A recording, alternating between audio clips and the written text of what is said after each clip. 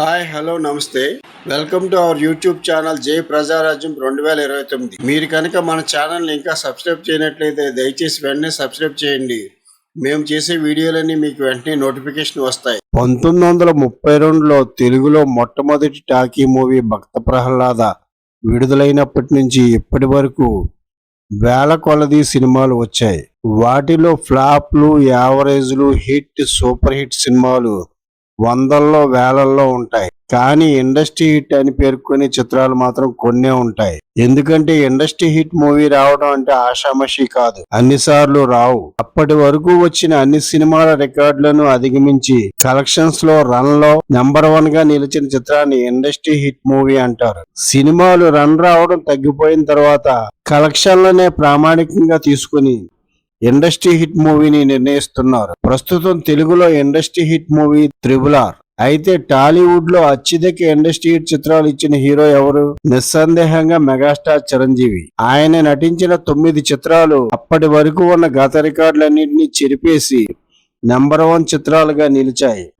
ఈ క్రమంలో చాలా సార్లు తన రికార్డులను తనే అధిగమించిన హీరో కూడా మెగాస్టార్ చిరంజీవి. అంతేకాదు వరుసగా 6 సంవత్సరాలు ప్రతి సంవత్సరం ఒక ఇండస్ట్రీ హిట్ చిత్రాన్ని అందించిన ఘనత కూడా చిరంజీవికే దక్కుతుంది. ఈ రికార్డులన్నీ కూడా హిస్టరీలో మెగాస్టార్ పేరుతో శాశ్వతంగా ఉండిపోతాయి. ఎందుకంటే ఈ తరం హీరోల్లో కానీ రాబోయే హీరోలు కానీ అంత లాంగ్ ఇన్నింగ్స్ హీరోగా కొనసాగే అవకాశాలు తక్కువ. మెగాస్టార్ కంటే ముందు టాలీవుడ్ లో ఎక్కువ ఇండస్ట్రీ హిట్ ఉన్న హీరోలు ఏఎన్ఆర్, ఎన్టీఆర్లు. ఏఎన్ఆర్ నటించిన బాలరాజు, కీలుగుర్రం, దేవదాసు, రోజులు మారాయి, దసరా బుల్లోడు, ప్రేమాభిషేకం 6 చిత్రాలు ఇండస్ట్రీ హిట్లుగా నిలిచాయి.